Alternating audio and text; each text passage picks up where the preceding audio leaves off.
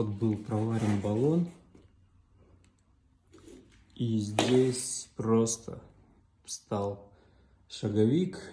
И вся работа на смарку. Но в любом случае этот шов пойдет на внутреннюю часть. Этот баллон по-любому доварю. Посмотрим, что из него получится. В общем, вот эта вот плата у меня выходит из строя уже третий раз. Надо будет потом разобраться, что с ними не так. Но, в общем, я решил попробовать другую схему подключения. Сейчас все переделаю и доварю.